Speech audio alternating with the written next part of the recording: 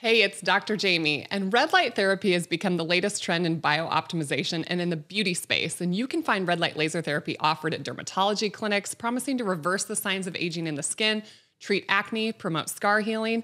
Red light helps your mitochondria, you guys, and the mitochondria is in the skin cells, and it helps absorb those photons. And if we can remember from high school biology, the mitochondria is the powerhouse of the cell. It generates the energy for the cell to perform its functions. Some of the reported benefits of red light therapy include reduction of fine lines and wrinkles, treatment of acne, healing of scars, treatment of seasonal affective disorder, increasing the healing of wounds, reducing painful joint inflammation, and increasing the recovery time between your strenuous workouts. If you want the red light I'm using, you're going to want to shop Cozy Red Lights. At Cozy, they offer simple, non-invasive at-home red light therapy devices that are easy to use and effective. Their devices emit 660 to 850 nanometers of red light and near-infrared waves that are clinically proven to penetrate deep into the skin to exert effects on a cellular level. You can use my code DRFIT, DRFIT, to start your red light journey today. Go check out the Cozy Red Lights.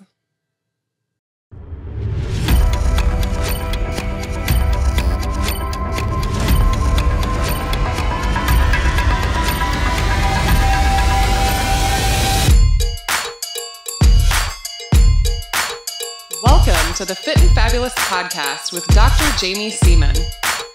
Hello, everybody. It's Dr. Jaime, and welcome back to the Fit and Fabulous podcast. I don't know about you guys, but I'm pretty excited about today's guest. And I know my husband is, because Susan Bratton is on the Fit and Fabulous podcast today. And my husband and I have been following her for a while. She is a sexpert. And you guys probably know I put something up in the Instagram stories asking you for all your questions. And let me just tell you, you all submitted some really good stuff, and we are going to get to a lot of it. So please let me introduce you guys, Susan Bratton. She is an intimacy expert to millions. She's a champion. She's an advocate for those that desire intimacy and passion their whole life long. She's the co-founder and CEO of two corporations, Personal Life Media, a publisher of heart-connected lovemaking techniques and bedroom communication skills, and the 20 LLC, which manufactures organic and botanical supplements that enhance sexual vitality. She's a best-selling author, publisher of 34 books. I don't know how you have time. I've only done one, Susan. And programs including Sexual Soulmates, Relationship Magic, Revive Her Drive, Ravish Him, Steamy Sex Ed, The Passion Patch, Hormone Balancing, and Hot to Trot. Susan, welcome to the Fit and Fabulous podcast.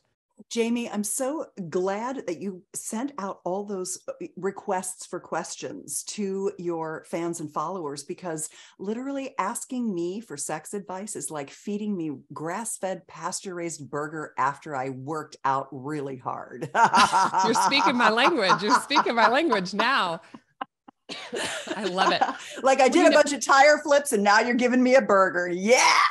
Well, I couldn't be more excited for this conversation, because I work as an OBGYN. So I see women all day long. And, you know, even as an OBGYN, we don't get taught a lot about sexual. I mean, we know sexual function. We know how to try to find pathology, right? But I talk to these women all day long who are having problems in the bedroom, and I don't have a lot of great solutions for them.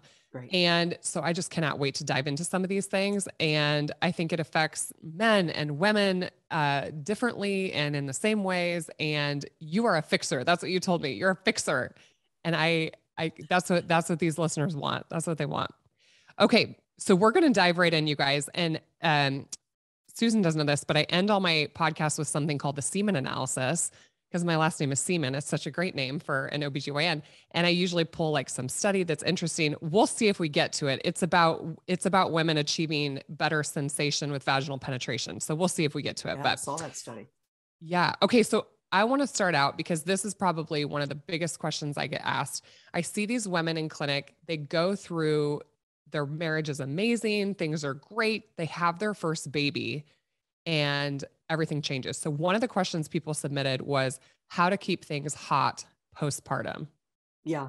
It's one of the biggest life stage sexual issues. If you think about your sexuality and you have attention on your sexuality and you care about it, because not everyone does, Jaime. You go through these different stages. Your 20s, it's all new and you're just kind of exploring, and Some of it can be kind of not so great, but mostly it's interesting because it's also fresh and novel. In your 30s, you're really working on your career, you're having your children, you're super busy. Thank God you still have a lot of energy. And yet it is difficult with little kids in the house to keep your sex life going. So I have some tips, but I want to finish off kind of the stages because I want people to understand that this is a short-term thing you will get through, and I have some solutions for it. Because by the time you get in your 40s, you actually start thinking you've got a little more time, your kids are a little more established, you've got some free time. And if you and your partner have withered and you still find them attractive and they haven't made you crazy, you're thinking to yourself, boy, I'd like to explore more sexuality. The 40s are really a time for a lot of women's sexual awakening. And you'd think, God, that's midlife. They're getting into perimenopause. Maybe it is all going downhill from there. Mostly it's going up. And women are much more willing to try new things. They're letting go of body image issues. Like they can't beat themselves up over their imperfections anymore because it's all downhill from here. In a way, not really. I think women are beautiful our entire lives. I look at my mother at 85 and she's still just lovely. So the fit and fabulous lasts forever with good exercise. You hit your 50s and you're like, wow, I'm whiffing the scent of my mortality. I better get busy and really learn some excellent techniques and have some orgasmic experiences.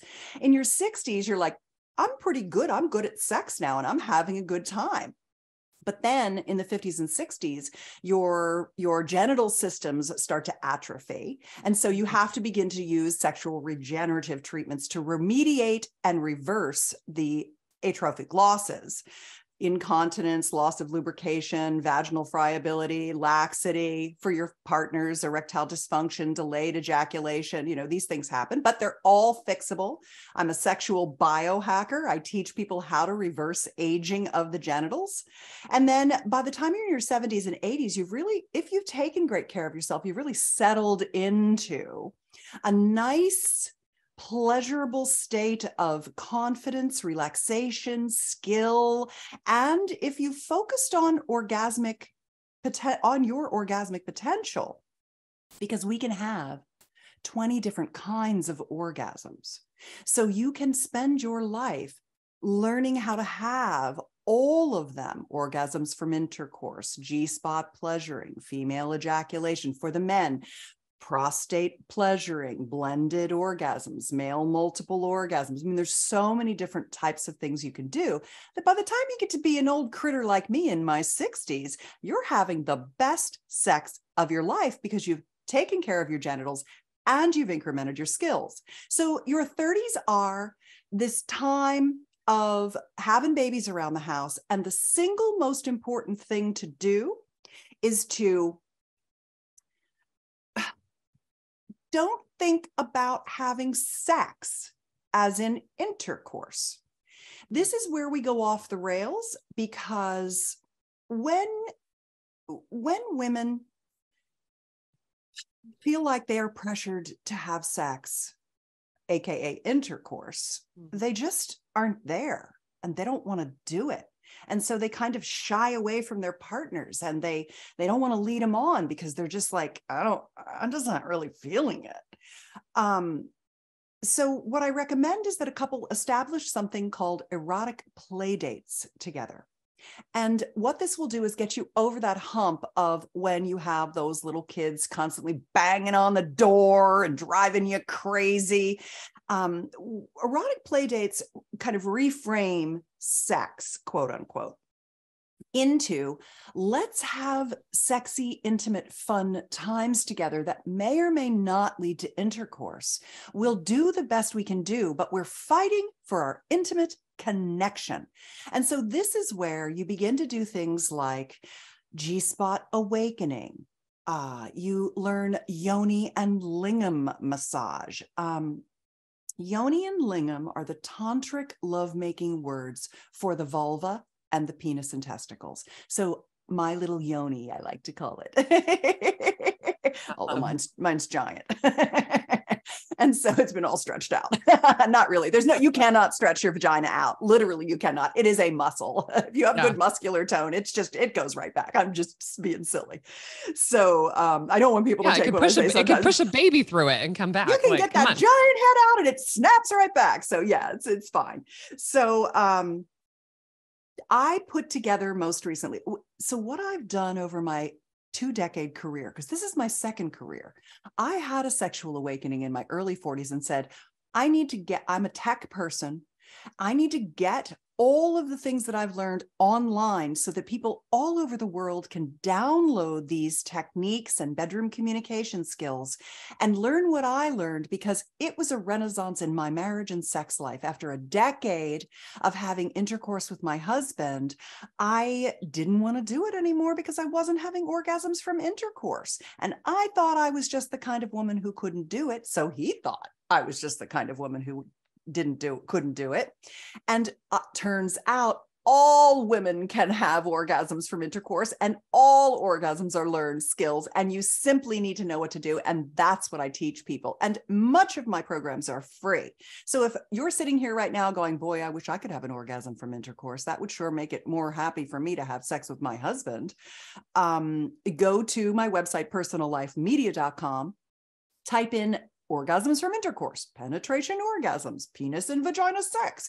And I have tons of articles on how to do what I call crossing the gasm chasm, which is closing the orgasm gap that Dr. Lori Mintz spoke about so eloquently in her TED talk. I loved the term because it's how easy it is for guys and how much more difficult it is for women when they don't know the simple things that make the difference. And so it really comes down to, in a nutshell, engorgement, blood flow. We're going to come back to blood flow so much in this conversation. It's ridiculous. So in your 30s, think about doing different things: yoni massage, mutual masturbation. Sometimes you just don't have time to get prepped to be penetrated, but you can still pleasure yourself. Your partner can pleasure himself. You can find new things to do. You can try yoni massage, G-spot awakening. You can try to have more breast play. You can do sensual massage. I mean, there's so many things. So I created this download with 48 erotic playdate ideas. It's called Your Sex Life Bucket List. And what's fun is that it's basically a downloadable PDF, and it helps you, and it comes with a video. I give this away for free. It comes with a video where I walk you through the 48 ideas. If you sit there with your partner over an evening or something, it's only 40-minute video, better than watching a TV show together. And I walk you through all the things, and you put an A next to the ones you really want to do, a B next to the ones you'd do if your partner wanted to do them, and a C for the things that are not for you right now. Then you end up with your two lists. You merge your lists, and then you've got some new things to do that aren't just, we're going to have sex, because men are always ready to go, testosterone dominant. They masturbate every day. They wake up with morning wood if they're healthy. Women are on a 28-day cycle. We could have sex anytime, but we, at a fundamental arousal level, are behind our guys. They're ahead of us. They're also singularly focused. They could have sex anywhere, anytime, in 2 minutes. It takes us a while to get out of our heads and into our bodies to calm and relax so our arousal can begin. It takes us 20 to 30 minutes to get fully engorged. So often, if we're rushing to sex as an intercourse sex, not just all the other things you can do, we don't have time to get fully engorged, and then we don't have the pleasure that our partners are having, and then we start not wanting sex. For example, my husband will not give me a quickie. If I mention it, he'll be like, I'm not giving you a quickie. Every time I give you a quickie, your yoni gets her nose out of joint. It's too fast for you. You need more time. We never make love without a yoni massage first. I've got to get all that blood flow in my vulva before I am ready, relaxed, and open for penetration. And so it's really about dialing it back, slowing down, and having a greater landscape of possibilities of mutual pleasure together. I love the way that you frame that, for like a postpartum mom, just like reestablishing that intimate connection. And it's not just about having sex, because So many women, when I say, is your sexual function normal? In their brain, the first thing they're saying is, well, my husband wants to have sex all the time and I don't. And yeah, it's okay. But I think that they're basing it all off the number of times that they have penis and vagina intercourse. Yes. And the imbalance in that relationship. And then the fact that you mentioned there are some women who have not achieved orgasm through penetration. And so why would you want to have an activity that you don't find pleasurable? Like, who wants to participate that? It's not that they don't desire it. They're just having bad sex. Yep. So let's kind of get back to that and maybe give some of our listeners some tips or tricks. Cause I've had women who have said, I don't think I've ever orgasmed. Yeah. Okay. So that's super easy. Orgasms are a learned skill. And I really think the best on-ramp is to do something I call orgasmic cross-training. Now, I've been very fortunate to come from a lineage of incredible mentors in the sexual, in essentially the heart-connected, passionate lovemaking area of sexuality. That's my quote unquote brand of sex, is deep, heart-connected, super pleasurable, surrendered bliss. That's what I like to co-create with my lovers. And when women haven't had orgasms, what I recommend is that they start with this cross-training concept using 21st century technology, which is there's 5 vibrators, 5 sex toys I recommend every woman have in her pleasure chest, and that she rotates between them.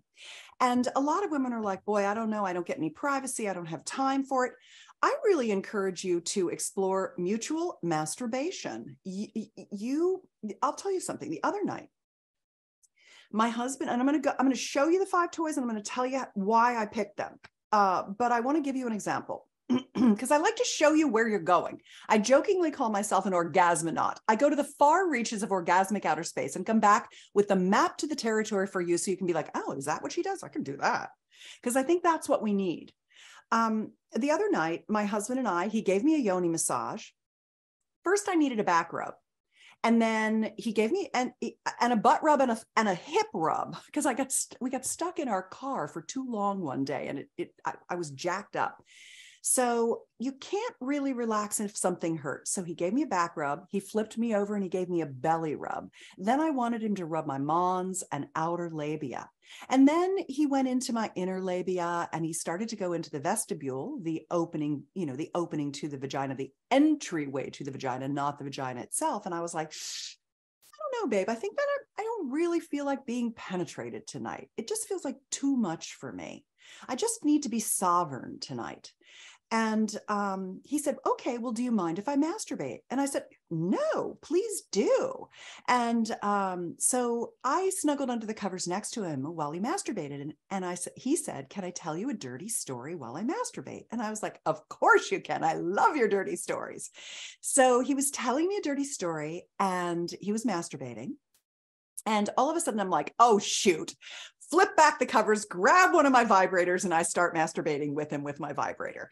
And then he starts getting close to orgasm, and I take the story over and bring him to a grand finale because I know exactly the kinds of things that really, really turn him on. I've been married to him for 31 years, and we have such a free flow of conversation. And so then we both had great orgasms. I threw my vibrator on the bedside table and conked out, and he was happy and I was happy. I mean, that was fun. The next morning he got up and he was like, that was really fun. And I was like, yeah, it was really fun. And so I want you to get there too with your partner because they like to masturbate. They should be masturbating in front of you. They shouldn't be furtively hiding that away. That's going to make them become premature ejaculators. It gives them shame about their desire. Men are horny and they need to have a movement of fluid. So when I tell women have 5 different kinds of vibrators, these are the ones I tell them to have. So our YouTube people get to see what Susan's showing, but all you people listening, you just have to use your imagination. We'll be descriptive. Yeah. And you can, and I'll tell you what too, Jaime, I will give you links to all these for your show notes because Perfect. Women are always like, what were the things again? How do I find them? So don't worry about that. Go to YouTube or where the podcast is. There'll be links to these for you. The 5 types of sex toys, they're not all vibrators. The 5 types of sex toys that you should use for orgasmic cross training, just start rolling them into your repertoire. Give yourself a little orgasm before you hop in the shower in the morning. Give yourself one before you go to bed. You know, these are the ways that you begin to awaken new neural pathways of the tissue in your vulva to your biggest sex organ, which is your brain. And that's what wakes up your vulva and makes you orgasmic. When you focus just on the clitoral tip, you're not going to have the quality and quantity of orgasms solo or with a partner that you could if you do these tools that are going to get everything going. That's what you want. You want an activated, awakened, orgasmic yoni, and it can always get better. So the first one is an air stimulator. This is the most common. It's kind of like a clitoris sucker, and it's a womanizer. This is really good, but it's very clitoral focused, which is good, but we're expanding sensation beyond just the tip of your clitoris. We want to go beyond that, but this is great for women who've never had an orgasm, and it will get you over the hump. Number 1. Number 2, some women much prefer more of what is called a liquor style. And this is the Volta from Fun Factory. And this is like a motorboat for your clitoral structure. And what I like about this is that as you generate more orgasmic pleasure, your clitoris begins to swell with blood flow. And you can actually put the shaft of your clitoris, not just the tip of your clitoris, in between these 2 little fronds that tickle your fancy. So this is a very good one. The third thing that I recommend is something that's considered to be a rabbit, but don't buy those rabbits on Amazon. They have plasticizers and phthalates in them, which leach into your vaginal mucosa and are endocrine disruptors and toxins. Buy good quality toys. This one is called this is called the Miss Bi from Fun Factory. Bi means 2 in German. It's like the Porsche of sex toys. And it has 2 motors in it. There's also a Lady Bi, which is bigger. I like the Lady Bi because I like deeper penetration. Now that I'm older, I've kind of worked my way up to wanting even more depth of penetration, cervical orgasms and things like that. So the Miss Bi has 2 motors. One is outside on the pad of the clitoral area, the vestibule, the urethral sponge that shows inside the vestibule, as well as the clitoral shaft and glands. This part goes intravaginally and stimulates the G-spot and the anterior fornix, which are, so you're getting 1, 2, 3, 4 different types of stimulation. This is also good for women who haven't had intercourse for a while and they feel like they're fused shut. This is also very good for women with laxity because they need more engorgement of the vaginal mucosa to stimulate blood flow, to plump the tissue up, to increase lubrication and reduce laxity. So that's a really good one. Susan, one thing with that one, as I'm looking at it, because I'm a gynecologist, one thing I've noticed with sex toys is some of them really are too short for most women. They can, if they get it to a point where they're getting good anterior vaginal wall, stimulation, then the clitoral part isn't reaching where it needs to reach. So I think it's something where women need to kind of know their own anatomy, because there are people that need something longer and deeper, especially people who have had babies and things like that. That's why the Lady Bi is about this long. Yeah. And that's the one I like. Yeah. And I'm charging up all my toys right now, and I just grabbed the small one. I could have grabbed the big one too, but that's why I always say there's 2 options for you on this Miss Bi or Lady Bi. Perfect. Yeah, I just wanted to point that out. Bingo, exactly. Now this one is really interesting for those women who also are really trying to regenerate their vaginas themselves. This is called a pulsator or thruster. This is also a Fun Factory toy. And what it does is use a magnet system where you can insert it into the vagina and it stimulates all that tissue hands-free. You don't even have to hold this thing. It just stays in you.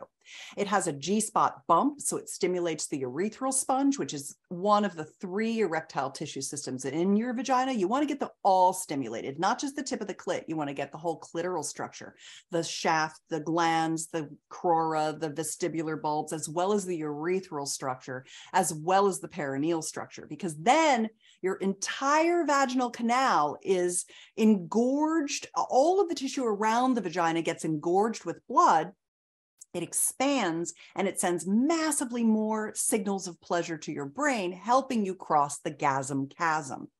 So this pulsator or thruster is a very nice product, and you can always add a vibrator to the clitoris at the same time. You're allowed to use 2 toys at the same time. So this one's good. The next is G-spot stimulation. The G-spot is not a spot. It's a long tube. I think I have a picture of it here. It's a long tube. I should show you a couple of pictures for our YouTube fans. Let me get it out here. I've got a lot of vulval pictures here. Yeah, I mean, I think you brought up another point I kind of want to reinforce is that, you know, we have the vagina, we have the clitoris, but I think people forget about all this other, you know, arousal zone, this erogenous tissue where, you know, what you're talking about. And that's why metabolic health is so important, because we need blood flow, we need nerves, we need all of these things. And so if you're not taking care of yourself, some of these things don't work like they're supposed to. And that really could be affecting your sexual intimacy. Perfect. Chef's kiss, Jaime. Yeah. Of course, this is the vulva. This is vulva, the people, not vagina. Vulva. That's a vulva. Vulva is all the parts. Outside. And that's why I also like yoni, Y-O-N-I, because it's all the parts. That's what we want to do, is we want to activate everything. You want to get off of clitoral tip focus and you want to get onto vulva activation. Love it. So mons, outer labia, clitoral hood turns into inner labia, culminates in fourchette at the bottom near the perineum. The opening is called the vestibule. Inside the vestibule is where your urine comes out. That's the urethral exit. It's also G-spot number 2. There's a little bit of spongy tissue around here that loves to be stimulated. So a nice finger inside the vestibule before penetration into what is called the vaginal sphincter or introital sphincter, which is a round muscle, and then into the vagina, perineum, and anus. I'm going to peel the skin off and show you all the buried treasure you have underneath. These are custom illustrations that I've had made. Amazing. Yeah. They're so good. This is your clitoris, your G-spot or your urethral sponge, and your perineal sponge. So here's the tip, the shaft, the arms called crura. They actually kind of curve back in up toward the inside of your body. This is the vestibular bulbs. They're underneath the fur on each side of the opening to your vagina, and they love to plump up like little pillows. This is the urethral sponge, or G-spot, that runs along the top of the inside of the vagina, but also presents itself on the face inside the vestibule. And here's the perineal sponge. We don't know as much about this yet. We're still learning, but this is a spongy tissue between the bottom of the vagina and the rectum. And so if you look now, there's the vagina completely embraced. I call it the golden bracelet of engorged erectile tissue. This is why you can have an orgasm from intercourse without even touching the tip of the clitoris, because once this is full of blood, you're getting all this wonderful tissue stimulated by the penis in the vagina. So it's really important to understand what you're going for here, I think. So the next thing is the G-spot. You could use a G-spot vibrator, or you could use a G-spot wand, and they're pointy. They go up. Essentially, when you're stroking your G-spot, you want to go up and around and hook out kind of toward your pubic bone. You want to almost curve your fingers up. That's why these go, they curve up inside you, because that sponge, that tube of tissue is kind of right up on the top of the cave. It's almost like you curve around and go back forward again. That loves pressure. And G-spot awakening will release much of your, if you've had traumas and upsets sexually, and really who hasn't, it's a minefield, sexuality. It'll release all of that, and your whole G-spot will soften over time. You'll let out a lot of emotion, and then you'll move into incredible pleasure. And last but not least, I think I got them all. So I did air stimulator, liquor, rabbit internal external. I did G-spot. Oh, and I did pulsator. So there's your 5 different options. And then of course you always have any kind of big or little vibrator anywhere you want it to go. A big one is nice to go around on all the outer labia and mons to get that. The more you get that mons to go from tight and stiff to like jelly, almost gelatinous, it will literally, your labia and your mons will literally be like jello when you get it stimulated. And then all the fluids can really run and move into your vaginal area. And that's what really helps you with full pleasure. I love that. So this is like foreplay. And I talk to women about that all the time. Yeah. So I've had patients that I've brought up sex toys, masturbation, and these types of things, and I can see it in their face and their body language immediately. They're like, oh God, like I would never try that. Or they're very open to it. And they're like, yeah, my partner has never been open to bringing those types of things in the bedroom. You know, they're intimidated. What do you say for somebody that is just curious about these things, but have never purchased one, never bought one, never tried one, and they want to start incorporating this, and their partner isn't quite as receptive? Yeah. 2 things. Number 1, everything is a learned skill. You're on a journey. Now you've heard about it. It's interesting to you. I want you to move forward and try it. And if your partner is resistant, it's because they're afraid. They're afraid that they're not enough. They're afraid that they'll be replaced. They're afraid they're not doing a good job. This is especially male-bodied partners. They want to be respected for the work they've done. They want to win, and they don't want to be replaced. You have to reassure them and let them know that what you're doing is activating your vulva so you have more pleasure with them. And so really it's just a process of education, because resistance is fear, and fear is lack of knowledge. And that's all it is. And you can do it. I love it. I love it. Okay. So I had somebody send in a question saying, I know you have a lot of female followers, but let's talk about the men. They asked about the P-spot. What are other ways that men and maybe female partners don't know about these things? How can we help our male partners experience more pleasure? Yeah. So when couples do the sex life bucket list, which I think I mentioned, right? I mentioned that earlier, the sex life, but that's at sexlifebucketlist.com. If you can put that in the show notes so people can find it, I'd really appreciate it. I always ask, as many people as I can, well, what was on your bucket list? And women usually say, I want orgasms from intercourse. I want yoni massage. I want G-spot awakening. I want to learn about female ejaculation. And then they have all the fun little things that they want to do too. Role play, lingerie photo shoots, all kinds of cute stuff, mutual masturbation, things like that. But what men always say to me is, number 1, I want to do whatever's on her list.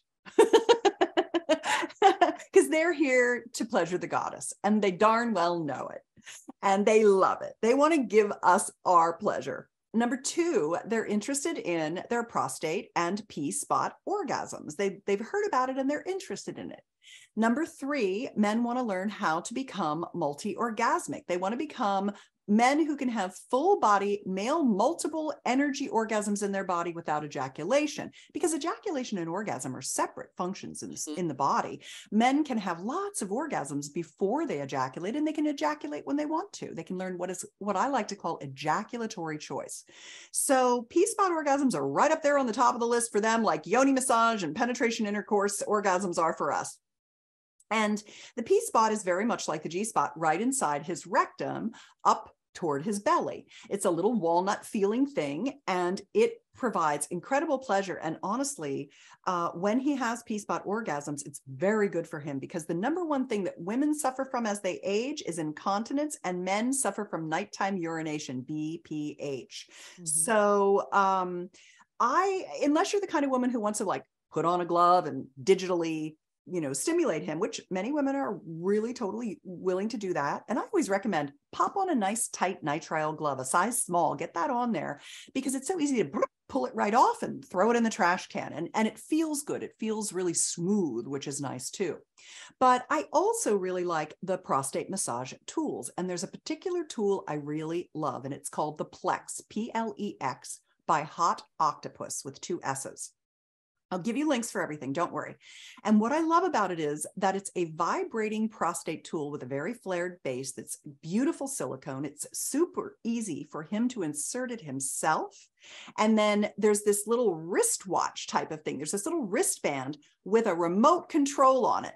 So one of the most fun things in the world is for you to get on top of your man, missionary style. This is called cowgirl, woman on top, facing him. You've got the controller, and you can slowly turn it up while you're making love to him, and he's worshiping and adoring you and telling you how much he loves you and stimulating your breast tissue and playing with your nipples, and you're kissing and making out. That's hot. And it's super fun. And you're going to give him the most powerful ejaculation that he's ever had in his life. And he'll be wandering around behind you like a little love-struck doggy for weeks after you do it. So this is a really nice couples experience that you could have together, just as one example of something that could go on your erotic play dates. Is there any way to stimulate that tissue without going inside the rectum? Is there scrotal? Is there something like that? In the perineum, behind the testicles, before the anus, is the perineum. And you can do that, but it's not as good. It's kind of like when a guy is stimulating your vulva and he's completely missing your clitoris. It's kind of a little annoying for most men. It might be all he wants, and it's a great place to start. But I would say, don't be afraid to explore your back door. Yeah. So I've had female patients ask about this too. You kind of showed this picture, and it seems like a lot of that erogenous arousal tissue is more anterior on the front side of the vagina. Yeah. But you kind of had alluded to the fact that this perineal tissue obviously is very close to the anus. Yes. Yeah, a lot of women are very enervated in the anal area. Their nerve system is very close to, where our nerves run is not all exactly the same. We have variations on the theme. And for some women, anal pleasuring really increases their overall pleasure, and they really enjoy anal sex. For other women, it's like, I could take it or leave it. I really like vaginal penetration. It's just what I prefer. So the Plex works on her as well, and he can control it. So I think it's a really good tool for both partners to take turns using. Just a good soap and water, and you can switch. I was just about to say, can you give people a little tip or advice about cleaning their toys? And, because I see women with lots of infections and things like this from not taking care of them. What's kind of the basics of taking care of these toys that you showed us? It's good soap and water. I mean, if you're using things that can be boiled, you could boil them, such as a dildo. But generally, it's just nice hot water, soapy water, soap it up. I like triple soaping. I always think triple wash is the way to go. I also recommend that you make sure that you triple wash your hands before sex, and you really wash your genitals before sex.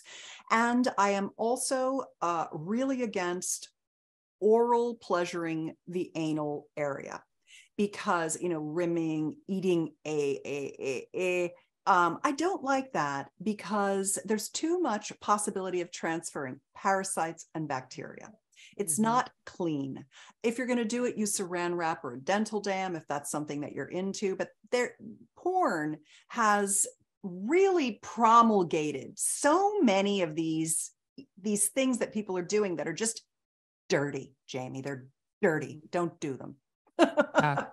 Granny says. What about oral sex?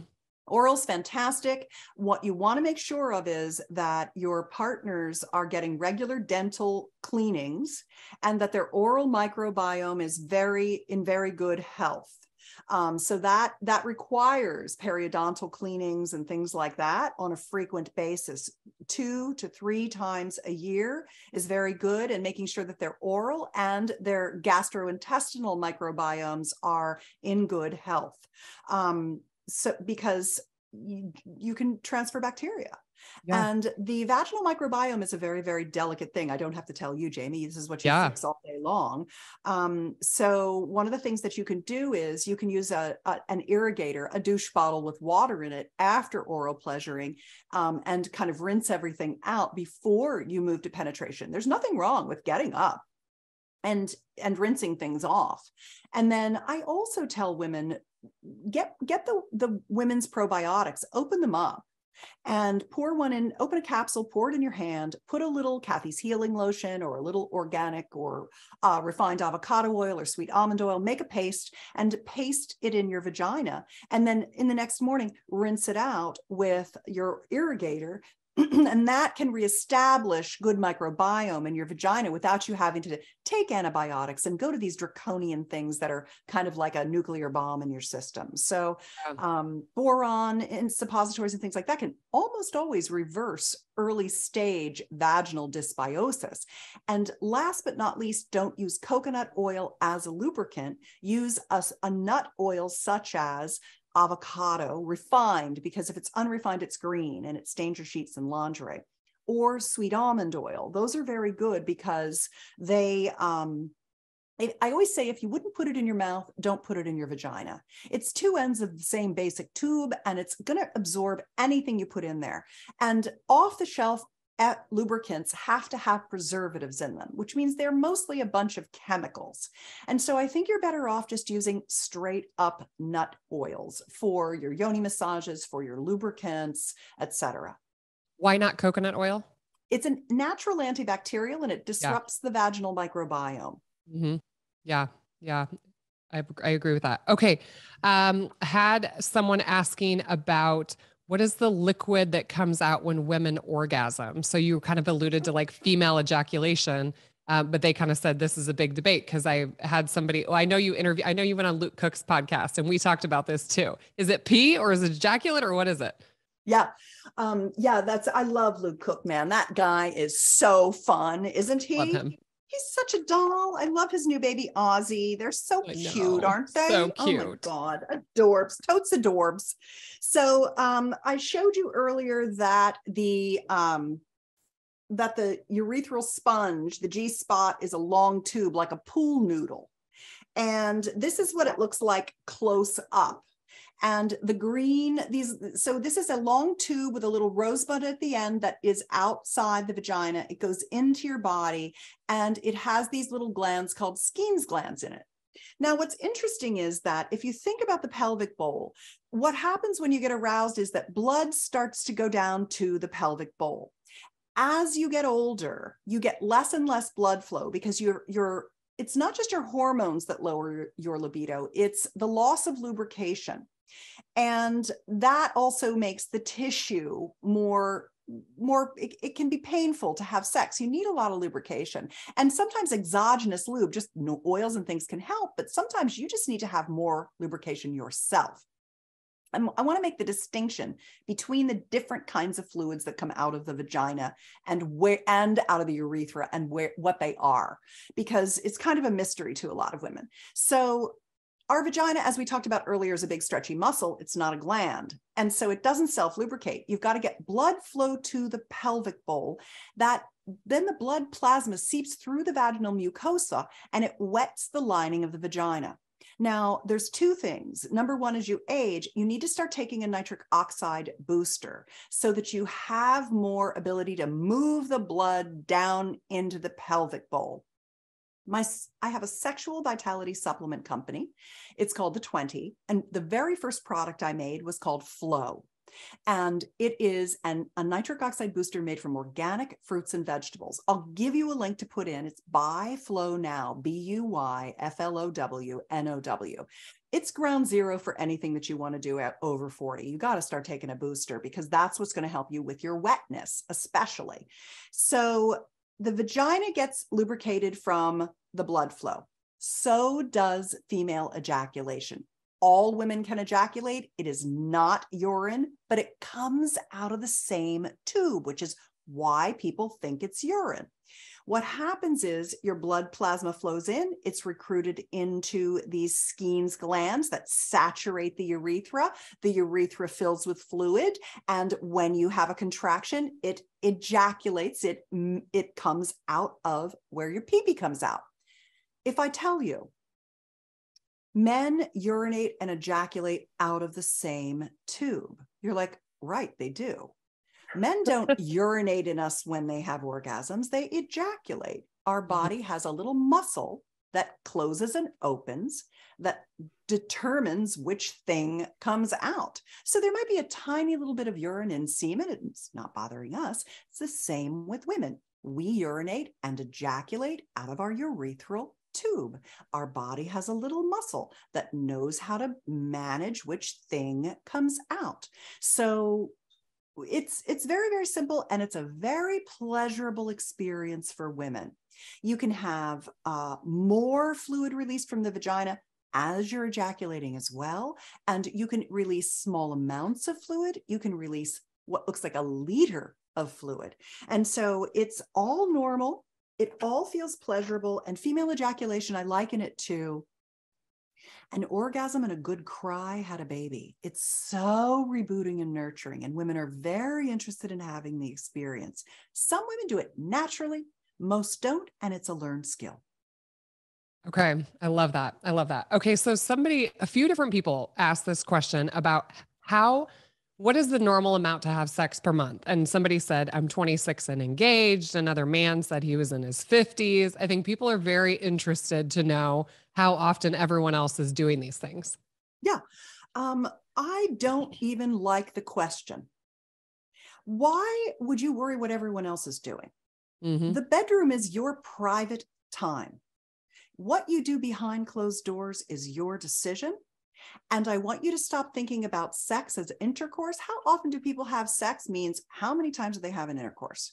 And men want it more than women do because they're trying to have too much intercourse before they give us the arousal, the affection, the holding, the relaxation that we need. If they'd slow down, turn around, and pleasure us the way we need and get the blood flow into our genitals, we'd be begging them for sex. So we've got to move from this patriarchal, even women who ask this question, they're under a patriarchal umbrella and perspective. They're under the patriarchal frame of sex, which is its penis and vagina. And I want us to think about having matriarchal sex because daddy wants what mommy wants. If mama ain't happy, ain't nobody happy. So let's start having matriarchal sex, which is erotic play dates, expanding the palette of what is pleasurable, having a lot of fun in the bedroom, having erotic adventures together, learning new skills together. It'll all lead to more intercourse, but we have to shift our mindset. So how many erotic play dates a week would be fun for you? That's my answer. I love that. I love that. That's great. That's great. Okay. A few questions about, having other partners, outside of just a monogamous relationship. How do people navigate that? Yeah. Well, the very first thing that's most important is that you have to understand what your rules and boundaries are. Having extracurricular partners can be so much fun. I mean, there are a lot of people who want to have a primary partner. They want to be married. They want to have kids. They want to have a life together. And they want to have other sexual experiences either with their partner together or separately. And that is perfectly normal. And more people are doing it as people expand their possibilities. But the most important thing is that if you're in a relationship, you must make sure that your relationship with your partner is good. So until you have excellent communication and you're very good together in bed, don't go looking outside the relationship for that fulfillment. Work on what you have first. And then understanding the rules of engagement and not breaking them is very important, but also remembering that making love with other people expands your horizons. It's super fun. It can be a real joy, a real pleasure. It can be really happy. And probably the single most important rule is when you're playing with others, if you're feeling left out, it's your job to speak up and say, oh, I'm feeling a little left out right now. And everyone else in that group is like, oh, honey, come here. Let's put our attention on you. I think that really helps. You must be able to speak up for yourself. And then you can have incredible times. And one of the things that I recommend is when couples play together, that they consider people of the female sex and the female gender and the male gender or gender spectrum, whatever is your jam. But don't just think that we're going to have a threesome. We're a couple. We're going to have a threesome. So it's going to be another woman. Men need to learn how to work with another straight guy to pleasure their woman together. Their bros coming together to give their gal this incredible experience of whatever it is that she wants. And so I think that ultimately the playing field, if you want it, don't as a woman be afraid to ask for being made love to by two men, because they are profoundly wonderful experiences. And you don't have to feel guilty about wanting that. And if you're the male partner, be open to having that with your woman.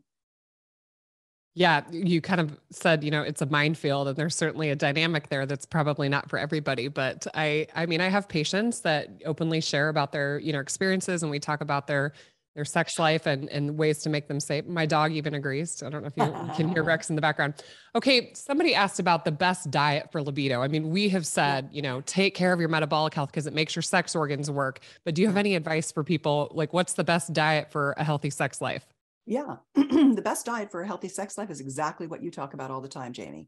It's the no white flour, no sugar, no alcohol, try and eat super healthy proteins, healthy fats, all your organic veggies, color of the rainbow. That's what keeps your vascular system good. Work out every day in some way, work on your balance, your flexibility, your stamina, and your strength, build more muscle all the time. You're fighting against atrophy. Yes. And that's also very important with regard to your gut microbiome, which is a lifelong task, is keeping your microbiome good, because that's where your neurotransmitters and hormones are created. And if you're not pooping like a princess, and I always say if your poops don't slide out of you and twirl down the toilet like a ballerina, you've got work to do. And with all the hormone disruptors and the toxins in our world and our food and our air and our environment, et cetera, our health and beauty products, we have to mount a consistent resistance against the decimation of living in the 21st century. So when you're in great shape and you've got strong muscles and you've got lots of stamina and super good mitochondria and great energy, and you're fueled by quality foods, you have an incredible sex life. However, as you age, you will wrinkle and you will get smaller. So you're fighting against the shrinkage, and the shrinkage is called atrophy, and your genitals atrophy as well. And there are two things I want you to think about. One is that you want to keep fighting against aging of your genitals using sexual regenerative therapies. And I'm going to show you a couple really quickly before we go, so that you can understand what it is that you can do to keep your genitals from aging, so that they stay like you're 30 years old, so that you have great sexual function your whole life long, so that in your 60s, 70s, and 80s, you're still having the benefits. And there are myriad benefits of great sex. One of the number one ones is that when there was a study that said, let's look at a whole bunch of people and guess their ages. And then one of the people who looked the youngest for their age were the people who were having sex 3 times a week or more. And that could have just been intimacy, because don't underestimate the benefits of oxytocin and just orgasms without intercourse. But there's this notion of sexual regenerative medicine. And then there's the sexual biohacking, which is taking what you have and making it even better. And that is a distinction for consideration. So for women, what I recommend is take Flow or any nitric oxide, citrulline based, if you're over 40, works better clinically. Take Flow or something to boost your nitric oxide. Make sure your hormones are in good working order. I, of course, like identical hormone replacement therapy. I'm still on it. I love it. Just before I sat down here, I put estrogen in my vagina. I put testosterone on my clitoris and labia. I take sublingual progesterone. So, I'm for it. And then I really like either or both FemiWave, which is a acoustic wave treatment that's applied outside your vulva. It goes into your mons, your clitoral structure, your perineal structure, your outer labia to plump them up because they get saggy. And it helps with incontinence, lubrication, vaginal friability. It reverses that, and it makes your orgasms intense again. And I have to tell you, I just went through my FemiWave treatments recently, and I am literally so wet, I don't even need to lube to start intercourse. Now, I add it on if I'm going for a while, but I am, and how wet you are isn't correlated to how turned on you are. You can be super turned on and super dry, but when you walk around wet, you feel more turned on. It's so nice. So I love FemiWave. You go to a practitioner for treatments. While you're there, have them give you an O shot or orgasm shot, which is PRP, platelet-rich plasma, injected into the clitoral and urethral structures, the sponges, so that it reverses atrophy and regenerates the tissue. Now you're regenerating everything. You're doing micro damage that doesn't hurt and isn't painful and doesn't make your vagina weep, and it's not burning you like the CO2 lasers and the RF devices. They're so strong. Don't start with that unless you've got intractable issues. Start with FemiWave, which is so much more mild and gentle and works effectively. And then if you're someplace where you can't go to get that, or you want to try something at home first, the product that I like is this vagina device. I don't know if you've seen this, Jaime. Have you seen the VFit Gold? And not this one, but other devices similar. Okay, good. Well, this one is my favorite that I have tried because it uses 3 modalities. You use it at home, 10 minutes in the morning. I'm drinking my latte. I'm scrolling my Instagram. I'm liking your posts, and I've got this in my vagina. It's red light therapy, photobiomodulation. Love red light.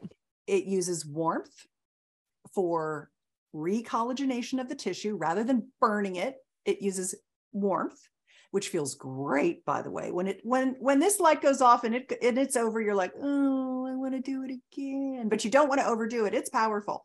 And it has vibration, not for orgasms, but for Kegel toning. So this vagina device, it really works well to reverse incontinence.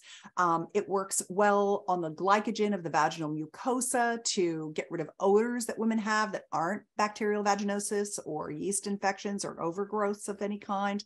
It works really well to thicken and stimulate the mitochondrial tissue of the vagina. It's just such a nice product. And I like to use this when I'm going to have intercourse with my husband before, like in the morning of a date that I'm going to have with him later. Because of all of the things that I use, this brings the most immediate blood flow to my vaginal mucosal lining so that I'm engorged for penetration. So vaginadevice.com is what this is. This is really nice. So the combination of the nitric oxide, the FemiWave, the vagina device, and the O-shot, any or all of those things, depending on your budget and where you are with your atrophy, you'll be like, oh my God, I'm having orgasms like I was 30. I didn't realize how much sensation I had lost. Wow, it's so much easier to get to orgasm now. I love vaginal restoration. I love that. I love that. I mean, so much of this is like use it or lose it. And so a lot of times if women have gone a long period of time, they do need to kind of get back into getting that blood flow going. That's what the nitric oxide is for, getting those nerve endings firing again. It's super important. I love that. And take your husband in for GainsWave and get him a penis pump because he needs to start pumping to reverse his atrophy, loss of firmness, loss of blood flow. I wrote a book called The Pump Guide. It's at pumpingguide.com. And it explains the GainsWave, which is the FemiWave equivalent, which it stimulates new tissue growth, the P shot, which is the Priapus shot, like the O shot for women. You can go get that done and get him a pump. I like something called the Whopper because it works for both length and girth atrophy issues, because guys get shorter and skinnier as they age, and they lose firmness, and it goes by so slowly they don't even know they lost it. And then when they start pumping again, they're like, oh, whoa, I've got so much more firmness again. And when it's just like the mutual masturbation thing, when you or incorporating sex toys into intercourse, or having a solo pleasuring practice, when you start talking to your partner about these things and you're like, babe, I want you to pump. Now, I walked over to my husband's desk yesterday, and he was working on his stuff, and he had his pump, and he was pumping while he was working. And I'm like, fantastic, babe. That is so good. I love how you're multitasking. Way to go. And it was so cute, because after he pumped, one of the things you do when you pump your penis is right at the end, it comes with a leather strap that you strap at the base of the penis. You don't need to stay erect, but you want to hold the blood in for 30 minutes, no longer. But you want to hold the blood in for 30 minutes. And he comes over and he shows me, he drops his pants, and he's like, look, doesn't this look good? And I'm like, oh, babe, that looks so good. Fantastic. I'm so proud of you. I encourage him to pump. I make it a normal thing. We don't have kids in the house anymore. Our daughter's 25. But when you encourage him to have good erectile function, he's so proud of himself. And that's what we need to do for our men, is make it okay for them to have what I like to call a banging boner. Because the more you have sex, the more you'll love intercourse, the more you engorge, the more you do these things, the more intercourse is going to be the thing you're wanting and you're making dates with him for. I love it. I love it. Well, Susan, we could go on for like 3 hours, and we're going to probably need another episode for sure. Yeah. So tell people how they can find your courses and products and things like that. Sure.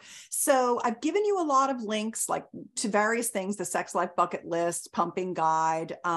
Those are good because you'll end up on my email newsletter, and I send out sex techniques and all this stuff, to you. You can even just get a once a week digest of all my articles. And you can unsubscribe anytime if you just want the thing and you want to be done. But you can also find me on Instagram at Susan Bratton. You can also find me at betterlover.com if you want to learn yoni massage, or how to do passionate lovemaking, how to do a lingam massage, all kinds of things. They're PG rated videos at betterlover.com. And then my main website is personallifemedia.com, and it has thousands of articles searchable by any keyword. So whatever's going on with you, I'll meet you there. That's what I'm here for. And I have so much free information because I do very well with my paid programs. Nobody ever has to buy anything from me, but you can if you want to, but there's so much there for you. So I do encourage you, if you're still listening to this, you are one of those people who cares about your sex life, and I'd love to have you in my world. So Jaime, thank you so much for giving me the opportunity, first of all, to answer questions, which I love, and to get to meet you. You are just a gem, and I'd love to come back on, and I'd love to talk more about things like intercourse techniques, yoni massage. I'd like to get into some of the techniques to reframe the way we've been doing things and give you a bunch of really beautiful ideas to create more pleasure with your partner. I love that. Yeah, because the article that I pulled, was talking about how to increase pleasure with penetrative intercourse, how to make it more pleasurable for women. And it's pretty amazing in this study. I mean, we're talking 70, 80, 90% of women using these techniques to make penetrative intercourse better. And that's what I said, is women don't want to have sex because they're not having good sex. Yeah, exactly. So, well, Susan, this has been so delightful. I really just fun. love you. And I love what you're doing for women. And I love that we're having this conversation because I'm a mom of 3 daughters, 7, 9, and 11. And I talk so openly about this on my social media, and some people are so weirded out by it. But I just feel like if I can't have this conversation, they're like, who's having this conversation with people like my daughters, right. Who are, I just think little girls, we're just told to put our sexuality in this little box and don't open it and don't show it to the world. And I'm a professional, I'm a doctor. And I even get, that lens from people sometimes. And it's like, listen, I'm a human, I'm a creature. I have a sex life, so I just love that we can have this conversation so openly. And I know that the listeners are going to get so much out of this. Right. And people listening, share the podcast, send it to your girlfriends, send it to your boyfriends, send it to your partners, your mom, I don't care, whoever is going to find benefit, because we rely on all you listeners to help spread the messages that Susan and I talk about. So thank you so much. Thank you.